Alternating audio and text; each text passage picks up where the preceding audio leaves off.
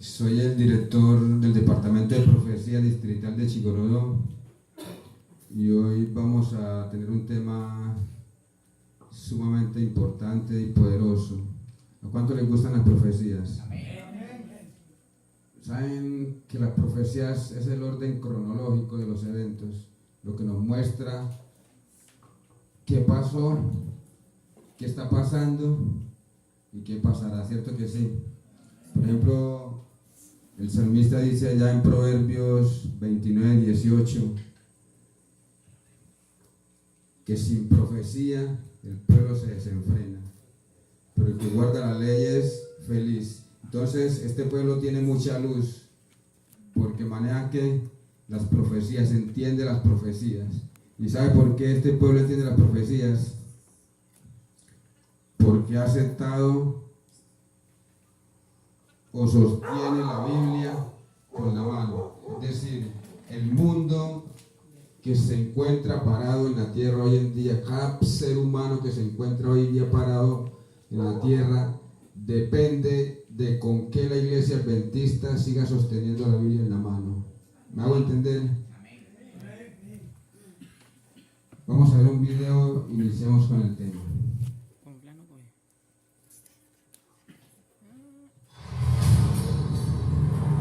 Las profecías de Daniel al descubierto. Y al fin del reinado de estos, cuando los transgresores lleguen al colmo, se levantará un rey altivo de rostro y entendido en enigmas. Y hacía que a todos, pequeños y grandes, ricos y pobres, libres y esclavos, se les pusiese una marca en la mano de y medio tiempo.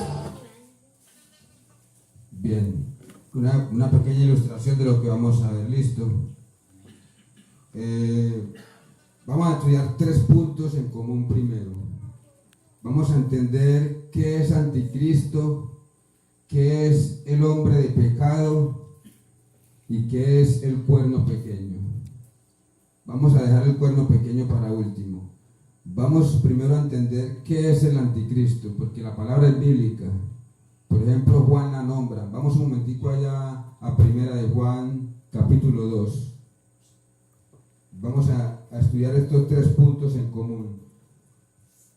Anticristo, hombre de pecado y cuerno pequeño. Porque cuando la Biblia le habla a usted del anticristo, del hombre de pecado y del cuerno pequeño, la Biblia le está hablando indudablemente de la misma cosa, ¿cierto? Primera de Juan, capítulo 2, versículo 18. Dice: hijitos, ya es el último tiempo. Según vosotros oísteis que el anticristo viene, así ahora han surgido muchos anticristos. Por esto conocemos que es el último, ¿qué? Tiempo, ¿cierto que sí? Y Juan dice, me sorprende porque él dice: hijitos, ya es el último tiempo. Según vosotros oísteis que el anticristo viene.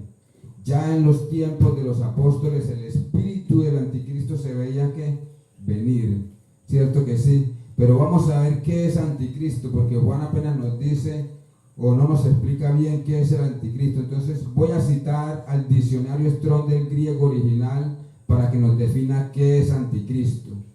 Anticristo procede del griego anti, que significa sustituto o opuesto, y Christos, que significa ungido o Mesías, con el significado literal de aquel que ocupa el lugar de Cristo. Es decir, el anticristo es alguien que quiere ocupar el lugar de ¿quién? De Cristo. Eso es anticristo en griego, alguien que quiere ocupar el lugar de Cristo. Pero para que entendamos un poquito más, vamos allá en Segunda de Tesalonicenses, porque Juan no nos explica bien quién es el anticristo, solamente nos dice que el anticristo es alguien que ocupa el lugar de Cristo, pero no nos da muchas especificaciones, como ahora Pablo nos las va a dar allá en Segunda de Tesalonicenses capítulo 2. Y vamos a leer desde el versículo 1.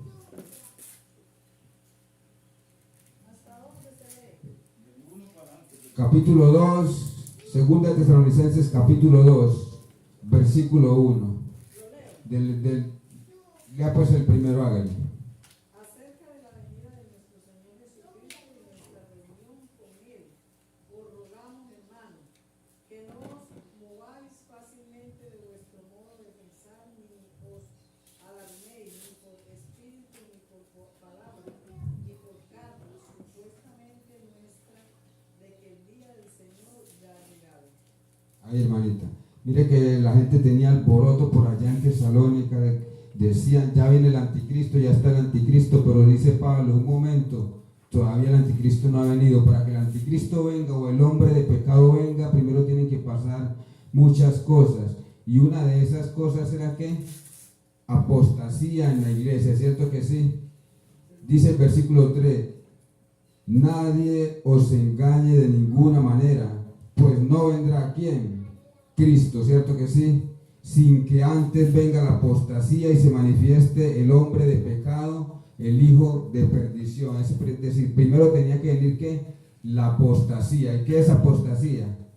Apostasía es cuando la iglesia acepta las cosas del mundo, la mundanalidad, la forma de vestir, la forma de comer, la forma de cantarle a Dios en forma de vallenato, de merengue, de reggaetón, de salsa, de romántico, y pare de contar que la lista sigue. Eso es apostasía. Es decir, la iglesia primitiva entró en un terrible grado de apostasía, y esto fue lo que ocasionó el surgimiento del anticristo.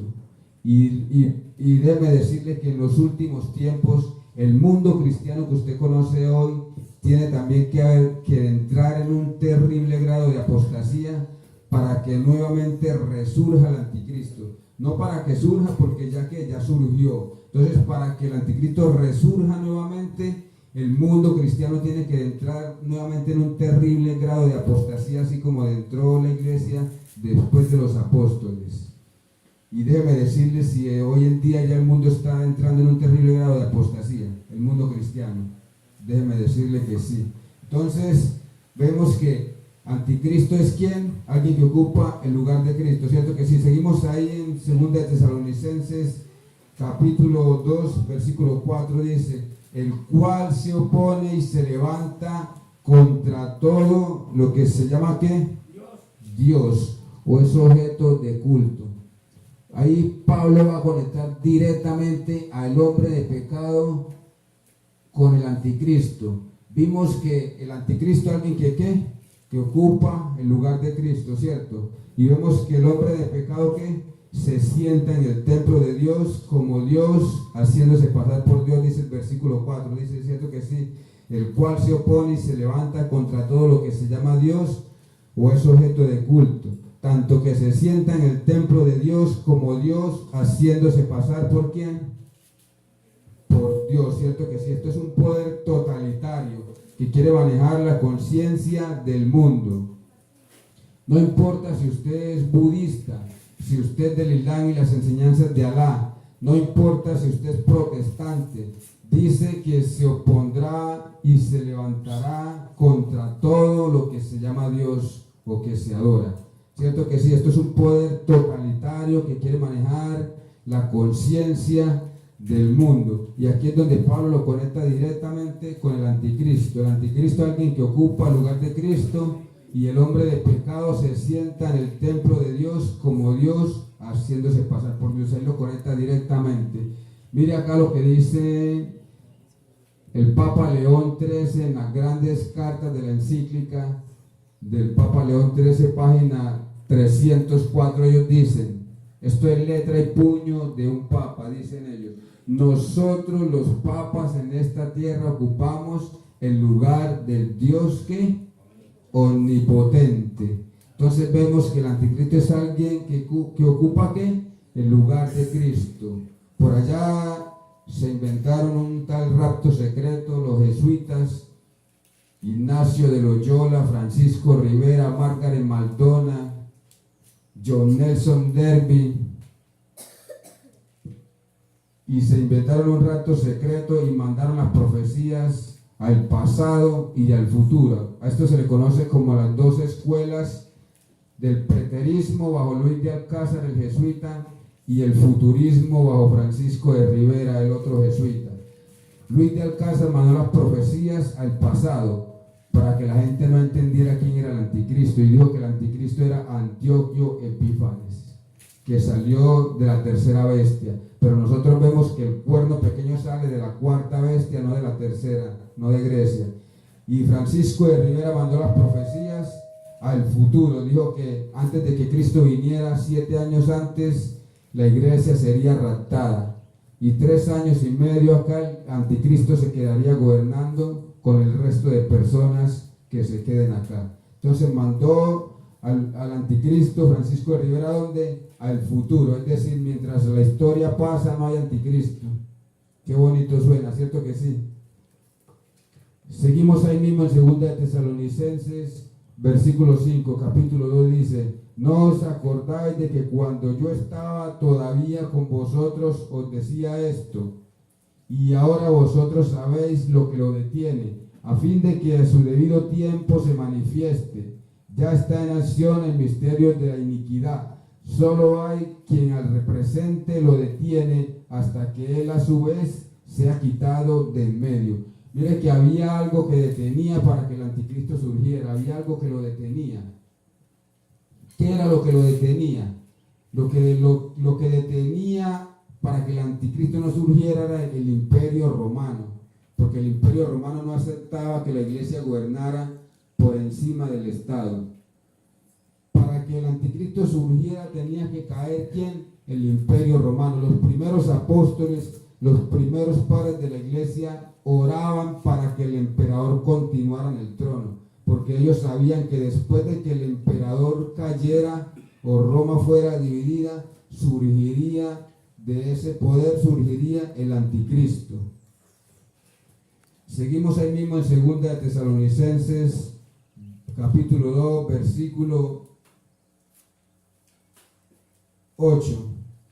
Dice: y entonces se manifestará aquel impío, a quien el Señor matará con el espíritu de su boca y destruirá con el resplandor de su venida, ¿cierto? Entonces, Pablo le da un término muy duro acá a este personaje o a este poder político y religioso. Le dice que el impío, ¿cierto que sí? En otras partes le dice el inicuo. ¿Qué es inicuo? Voy a citar nuevamente el diccionario Strong del griego original para que nos defina la palabra inicuo. Inicuo procede del griego anomos, literalmente el sin ley, el violador de la ley, el desobediente o el impío.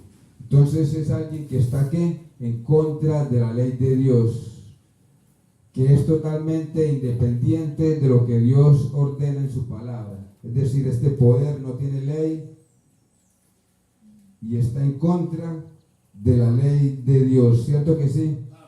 Para que sepa qué es pecado, pecado en griego es amartía, que significa errar al blanco. ¿Qué es errar al blanco? Es decir, usted toma una flecha, usted le apunta al blanco, el blanco es la ley de Dios o el carácter de Dios, pero usted falla, usted erra al blanco. Eso es ¿qué? Pecado, errar al blanco. Entonces este poder erra al blanco, no le apunta ¿a qué? A la ley de Dios. ¿Estamos entendiendo el tema? Muy bien. Seguimos entonces, vamos a darle un pequeño repaso a la historia para que entendamos un poco más. Vamos avanzando y vámonos a la historia. Vamos para Daniel 2. En Daniel 2 vemos cuando el rey Nabucodonosor tiene que un sueño, ¿cierto que sí? Él dice que vio una estatua gigante, cabeza de oro, pechos y brazos de plata, vientre y mulos de bronce y los pies de hierro con barro, ¿cierto que sí? Ya sabemos cuáles son estas 4 naciones, ¿cierto? Babilonia, Medo-Persia y Grecia, porque Daniel le dice al rey: tú eres aquella cabeza de oro. No vamos a leer en Daniel 2, pero vamos para Daniel 7, vamos a leer en Daniel 7, sí. Vamos a buscar a Daniel 7 allá en nuestra Biblia, mis hermanos.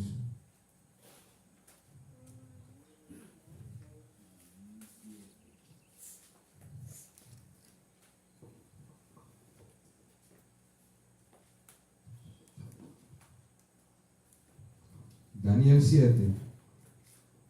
Acá vemos ahora que Daniel tiene una visión, ¿cierto que sí? Y él en la visión, él dice allá en el versículo 1, dice: en el primer año de Belsasar, rey de Babilonia, tuvo Daniel un sueño y visiones de su cabeza. Mientras estaba en su lecho, escribió el sueño y relató lo principal del asunto. Versículo 2 dice: Daniel dijo: miraba yo en mi visión de noche y vi que los 4 vientos del cielo combatían. ¿En dónde? En el gran mar, ¿cierto? Que si los vientos son guerras, pasiones, luchas, y el mar representa muchedumbres, pueblos, naciones y lenguas. Dice así: la primera era como un león y tenía alas de águila. Yo estaba mirando hasta que sus alas fueron arrancadas y fue levantada del suelo y se puso enhiesta sobre los pies a manera de hombre y se le dio corazón de hombre. Versículo 5 dice: vi luego una segunda bestia semejante a un oso, la cual se alzaba de un costado más que del otro. En su boca, entre sus dientes, tenía 3 costillas y se le dijo: levántate y devora mucha carne. Versículo 6 dice: después de esto miré y vi otra semejante a un leopardo, con 4 alas de ave en sus espaldas. Esta bestia tenía 4 cabezas y le fue dado dominio. Y sigue diciendo en el versículo 7: después de esto miraba yo en las visiones de la noche y vi la 4ª bestia espantosa, terrible y en gran manera fuerte, la cual tenía unos grandes dientes de hierro, devoraba y desmenuzaba y pisoteaba las obras con sus pies, y era muy diferente de todas las bestias que había visto antes de ella, y tenía, ¿qué? 10 cuernos. Cuernos en profecía son reinos. Entonces vemos 4 bestias se le mostraron a Daniel en el sueño, ¿cierto que sí? O en la visión. León, ¿qué más? Oso, leopardo y una bestia espantosa. Las primeras 3 bestias se las define muy bien, pero la 4ª bestia no la define muy bien, sino que él dice una bestia espantosa, fuerte y terrible, que tenía dientes de hierro, que devoraba todo y lo pisoteaba. ¿Cierto que sí? Entonces, la historia registra que la primera bestia es el mismo imperio, Babilonia. El león representa a Babilonia. Babilonia gobernó gobernó al mundo desde el año 605 hasta el año 539 a.C. Luego fueron derrotados por los medos y los persas, cuando el rey Belsasar hacía banquete y utilizó los utensilios del templo de Dios para ofrecer a sus ídolos. En el año 539 fueron derrotados por los medos y los persas. Luego vino Grecia y derrotó a los medos y los persas en el año 331, bajo el poder de Alejandro Magno. Las 4 cabezas que tiene el leopardo representan la velocidad con que Alejandro Magno conquistó al mundo. En tan solo 10 años de estar en el poder ya había conquistado todo el mundo conocido. Los historiadores dicen que se sentaba a llorar porque ya no tenía más nada que conquistar. Ya no había nación que le hiciera frente. Los medos y los persas gobernaron el mundo desde el año 331 hasta el año 168 a.C., bajo el poder de Alejandro Magno. Alejandro Magno le hizo 3 batallas a los medos y los persas. La primera se conoce como la batalla del Gránico, en el año 334. La segunda en el año 332, que se conoce como la batalla de Ilos. Y la tercera y última batalla decisiva se conoce como la batalla de Gaugamela o la batalla de Arbela, donde Alejandro Magno derrotó a Darío III, rey de los medios y los persas, en lo que hoy se conoce como Turquía. Y los medos y Grecia gobernó al mundo desde el año 331 hasta el año 168, y luego fueron derrotados por los romanos en el año 168 a.C., cuando ya para ese entonces Roma era reconocida como Roma imperial, cuando ya había conquistado todo el Mediterráneo. Y Roma conquistó al mundo. gobernó al mundo desde el año 168 a.C. hasta el año 476 después de Cristo. Es decir, Cristo nació cuando gobernaba ¿quién? Roma, el imperio romano. En el año 476 se dividió en 10 reinos.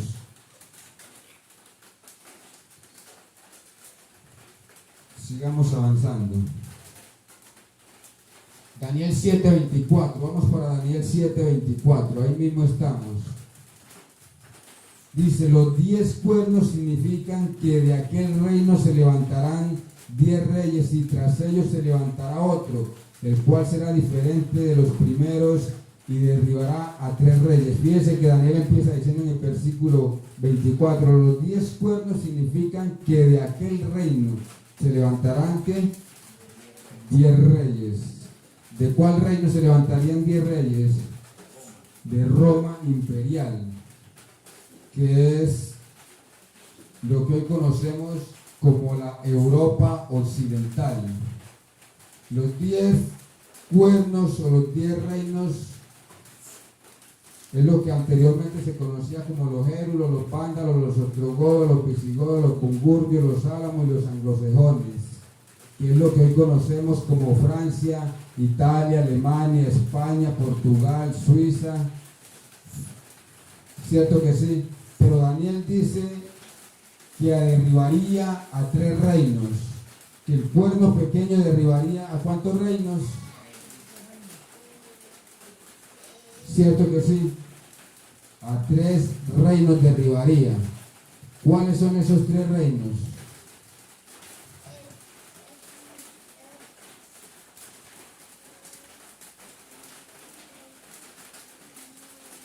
Derribaría a 3 reinos.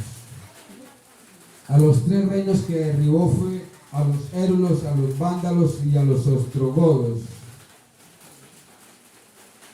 Es decir, estos 3 poderes o estos 3 reinos protestaban para que no surgiera un poder político y religioso. Ya ellos sabían que cuando el emperador fuera depuesto, cuando Roma cayera, surgiría un poder que gobernaría que la política y la religión. Por eso dice, el cual será diferente que los cuernos anteriores. Es decir, este cuerno pequeño iba a dominar ¿qué? La política y la religión. ¿Cierto que sí? Entonces vemos que dice acá un pensamiento, dice, entre los principales obstáculos que se le presentaron a Roma papal en su encumbramiento al poder político estuvieron los érulos, los vándalos y los ostrogodos, 3 tribus arrianas que protestaban para que no surgiera ¿qué? Un poder político y religioso. Los érulos fueron derrotados en el año 493, fueron exterminados de la faz de la tierra. Los vándalos en el año 534 y los ostrogodos en el año 538. Entonces ahí sí pudo surgir ¿quién? El anticristo, el hombre de pecado o la bestia, que son la misma cosa. Nosotros por la historia, por la Biblia y por todo lo que se ha probado, entendemos que este poder es el poder que salió de Roma imperial, la continuidad de Roma imperial, la Iglesia católica, apostólica, romana, en su estado papal. ¿Me hago entender? Así registra la Biblia, así registra la historia y así registra el orden cronológico. Entonces seguimos avanzando ahí, mis hermanos.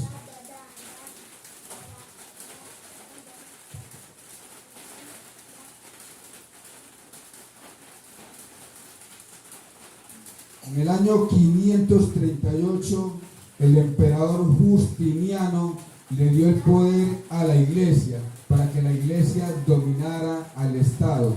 Es decir, le otorgó al obispo de Roma, quien era Virgilio en ese entonces. Entonces, Ahí sí pudo establecerse la Iglesia Católica Apostólica Romana bajo el poder de los papas. En el año 538, cuando el emperador Justiniano le otorgó el poder ¿a quién? Al obispo de Roma, para que fuera cabeza mundial sobre todas las iglesias, y lo nombró dictador de herejes, es decir, nadie podía contradecirlo. Me hago entender, nadie podía contradecir al papado, y definidor de doctrinas, es decir, lo que él dijera, porque ellos manipulaban ¿qué? La palabra de Dios. ¿Me hago entender? Seguimos avanzando ahí entonces. Vamos para Apocalipsis.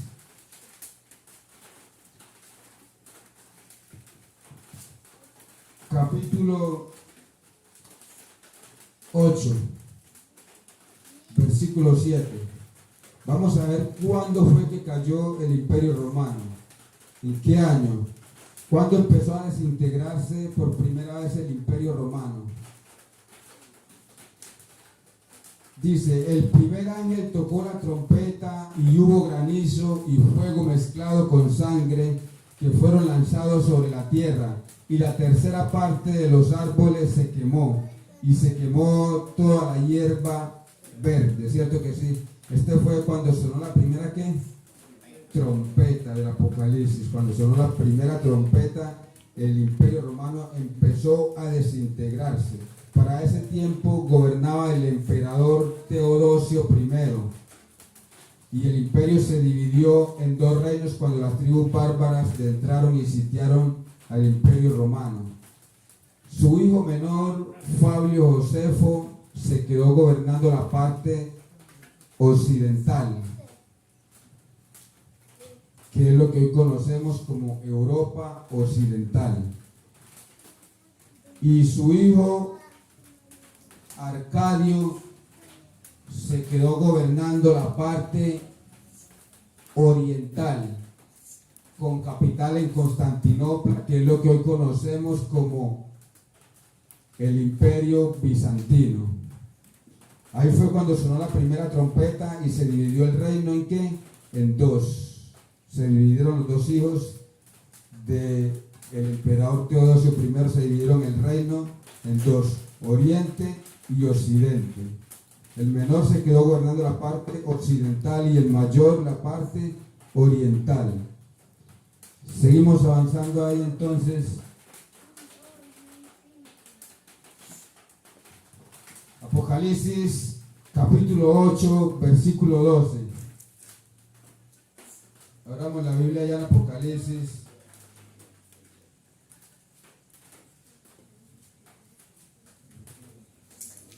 Capítulo 8, versículo 12.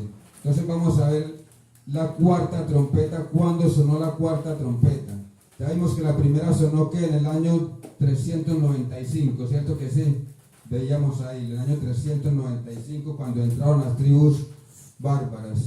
Dice que sí, que los terribles... Vamos a ver un momentico.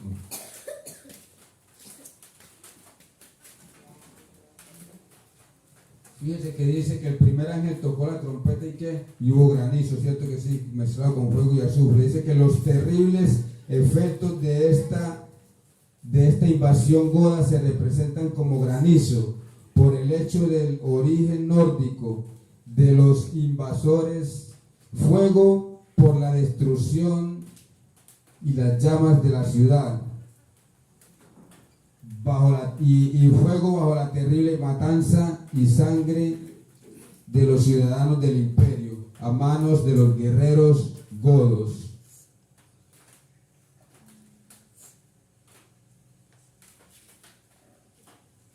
Apocalipsis 8:12.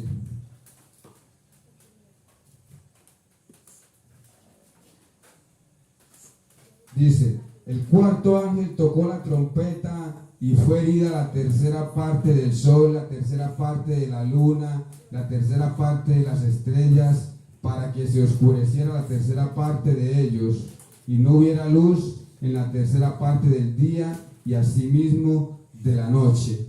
Entonces vemos cuando sonó la cuarta trompeta en el año 476, cuando el imperio se desintegró definitivamente, se dividió en 10 reinos. Dice que fue herida ¿qué? La tercera parte de ¿qué? Del sol, la tercera parte de la luna y la tercera parte de las estrellas. Esto representa la forma de gobierno con la que gobernaba el imperio romano.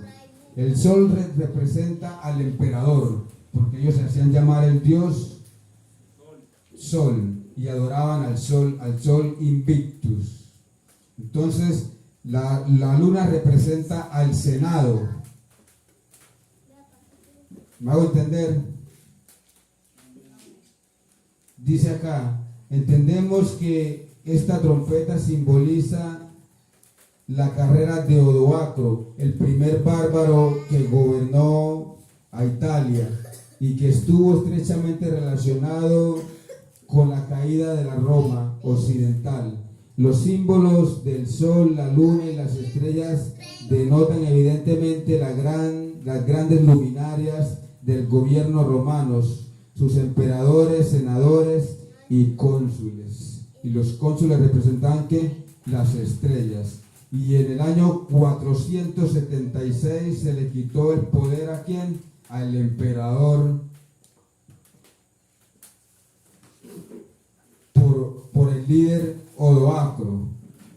El emperador era Rómulo Augustelos, quien gobernaba en ese tiempo al imperio romano. Y el líder de los érulos, Odoacro, vino y depuso al emperador, es decir, quitó el puesto al emperador.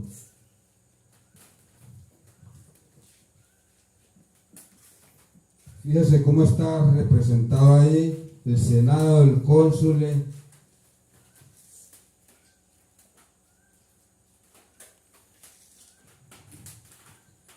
Seguimos avanzando. Entonces, ¿dónde tendría que surgir este cuerno pequeño? ¿En la Europa qué? Occidental, ¿cierto que sí? Que es lo que hoy conocemos como Francia, Alemania, Italia, ¿cierto que sí? Inglaterra, Suiza, España, Portugal.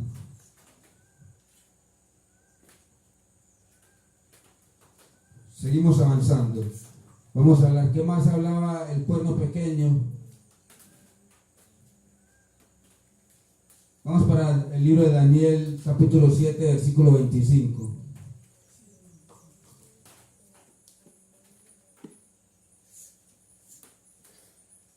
Daniel 7, 25.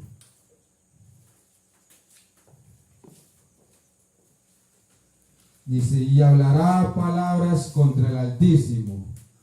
A los santos del Altísimo quebrantará y pensará en cambiar los tiempos. ¿Y qué más?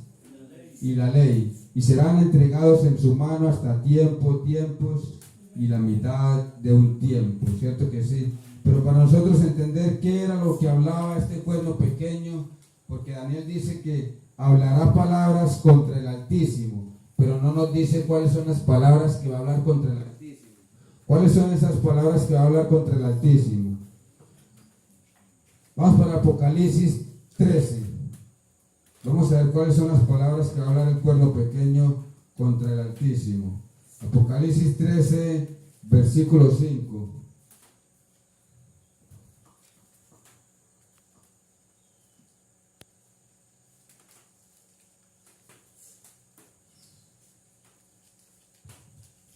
También se le dio boca que hablaba arrogancia y blasfemias, y se le dio autoridad para actuar 42 meses, y abrió su boca para blasfemar contra Dios, para blasfemar de su nombre, de su tabernáculo y de los que habitan en el cielo. Entonces, ¿qué era lo que está hablando el cuerno pequeño? Blasfemia, ¿cierto que sí? Abrió su boca para blasfemar contra Dios. Entonces, hablaba que blasfemias. ¿Pero qué es blasfemia? ¿Qué es blasfemia?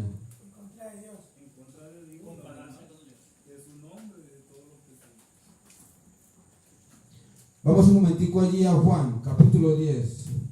Vamos a ver qué es blasfemia, porque la Biblia nos define por lo menos que son dos cosas. Vamos a ver qué es blasfemia. Juan capítulo 10.